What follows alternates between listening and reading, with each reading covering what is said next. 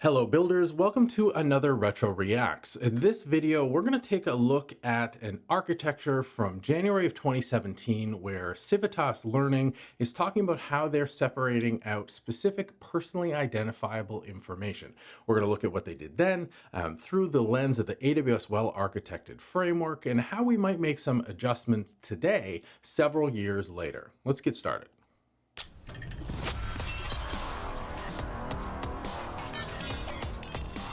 Still so retro. Love it. Gotta love it. It changes eventually, but very cool. Welcome to This Is My Architecture. Back this with time Simon. I'm joined by Chad from Civitas. Welcome, Chad. Hey, thank you. What does Civitas do? Civitas takes the data from colleges and universities, brings it in, processes it through our data models, all to try to help kids graduate college. Okay, so right off the bat, we're dealing with student information. They just said data in general, so I imagine there is probably a ton of personally identifiable information. A good thing to do, and you mentioned the magic word, data. I'm seeing processing workflow here. Let's dive into it. What do you do? Absolutely. So what we do is we have a process that we created called CVTL, which is an orchestration. Gotta love how every company names a process specifically. We all do it. We all try to create a name for something instead of just explaining basically what it is, but I get it. We want a name to reference it internally. Externally, it seems kind of weird, but I'm not judging, but I'm judging. So let's keep going. To take this data that we get from our customers on a nightly basis and actually bring it through the entire life. Okay, so first key right off the bat from Civitas, they said they get data every night. So this is very much a batch type of solution. It doesn't need to be a real time stream. So that changes your options and it changes how you can handle the technology because obviously time isn't of the essence. I would imagine the criteria is you need to process it before the next batch is available, so the next night, or probably the next morning so that the results are available to all of your customers. Cycle of making it so that it actually ends up on the screen for our customers. Now you're talking hundreds of gig, if not terabyte of data per institution each night. What do you do with it? Okay, so they're taking in, let's say, a terabyte per night per institution. So hundreds or thousands of customers are sending them a terabyte every single night, and they need to process it and then return those results for the next morning. Now, we're reading between the lines a little bit there, but that seems like a reasonable set of criteria for their solution that they're trying to solve for here. The thing that happens is from the schools, it gets into S3. So we start everything in S3. Yep. Totally makes sense. First thing the schools do is dump everything into S3. It's cheap, it's fast, it's easy to get a secure way to do that. You can give them a writable bucket and they can just dump all their data in. At which point what we need to do is we need to process that and transform it into models that the rest of our system knows how to do. But we need to do this in a secure way. That way the PII for these different colleges is separate from other colleges. Okay, so they have PII, or personally identifiable information. So names, grades, address, contact info, maybe social, all this kind of stuff from students is uploaded by the colleges, which raises some questions about if they're allowed to, but obviously it's within their student agreement. So Civitas needs to keep that separate. So it's looking into a tenancy model for their design. They have multiple customers, but they need to keep that data separate. Process all this through Redshift, but through individual Redshift clusters that we bring up dynamically along the way and then shut them down. Cool. So they're like transient clusters of Redshift just for that purpose. Absolutely. And so we created a service called Slate that actually stores the metadata basically of all of these jobs. So they have a bunch of clusters that they'll spin up, which makes sense. It's a batch-based job. And then they are processing the metadata first, but then the clusters will get shut down. But let's dive into this metadata idea. Artifacts, here's how long it took to do the job, so on and so forth. Okay, and once you've sort of cleansed it, then you're doing some heavy-duty processing. We've got our old friend EMR here. Absolutely. Tell us about that process. So in EMR, what we do there is we do all of our data science there. So that's where we actually do the models to predict how we're going to help those kids. Okay, so they process everything in Redshift to get it ready for EMR, or Elastic Map Reduce. So we've got the situation where the customer institutions are dumping a whole bunch of data in some format into S3. Now, I assume that's the easiest format for the institution. The Redshift clusters that spin up are then transforming that data into what they actually want it to be for EMR. So let's listen a bit and hear about that process.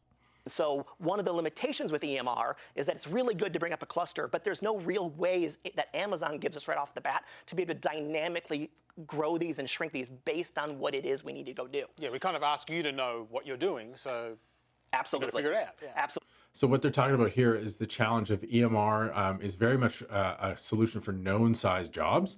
And if they don't know what they need to process or the extent to which things need to be done, they could be overpaying for capacity, or they could be standing up clusters that are smaller than needed. So there's a challenge here in capacity management, which is weird because we don't really pop up in the cloud with that. But again, this was a few years ago, and the solutions that are available today actually would get around this. And we'll talk about that in a second. So we created another service called Foreman.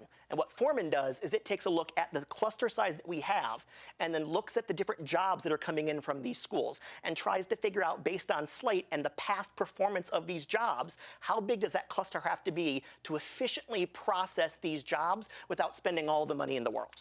So in order to balance cost out, because these clusters are quite expensive to keep running, they actually created another piece of software that looks at the size of the job, looks at the available cluster sizes, and tries to match them up appropriately in order to make sure that they're not wasting capacity and paying for something that they don't need, which is really interesting. They've obviously done the economics, and it was cheaper to write that service than it was to figure out how to better, how to get Amazon to switch the cluster sizes. But again, 5 years ago, it was a very coarse level service with EMR, even though EMR was extremely popular at the time.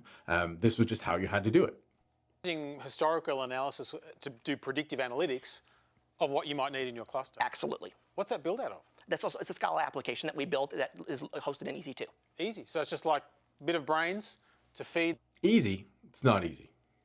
EMR Not easy at all. API to size it correctly, and you're good to go. Absolutely. That's pretty cool. Fantastic. So that's processing terabytes upon terabytes each and every day. Absolutely. Fully elastic, EMR, Redshift, that's pretty... It's not fully elastic. They've made it elastic by adding the elasticity themselves, which is a great solution. It's very, very clever.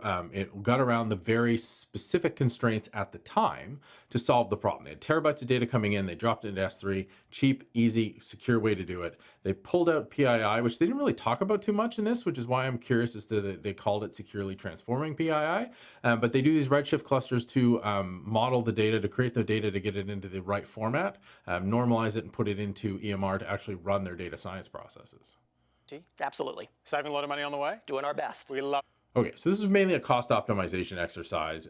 At the time, great solution. They built 2 custom pieces, Slate in order to help that step between S3 and Redshift, and then Foreman to line up those Redshift, the output from Redshift into the right size EMR cluster. If you were doing this today, you can actually go pretty much completely serverless. I'm going to go with, you're probably going to keep those customers uploading to S3 because that's simple, it's reliable, and it's super cheap. You could then either use Athena to pull out data in the way that you need it, or most likely something like AWS Glue.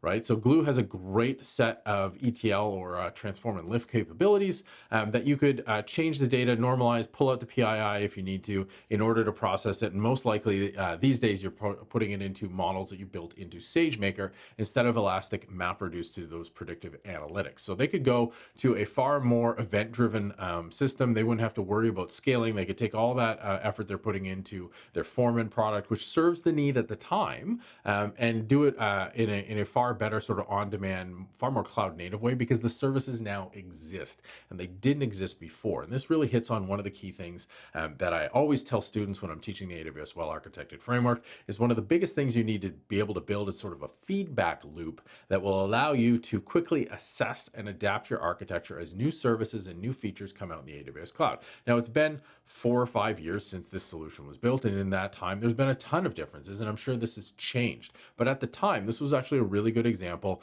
of saying, hey, we can invest a little bit of time and resources into building this Foreman sizing product internally in order to optimize our spend. And now there are better ways to do it. Again, I would go S3 to probably to Glue and then into SageMaker and get that same level of optimization. But you always have to be moving, you always have to be thinking and adjusting your architecture. But a great example of, again, focusing on a key driver for them, which was cost, and they had a really clever solution for the time. I'll see you in the next video.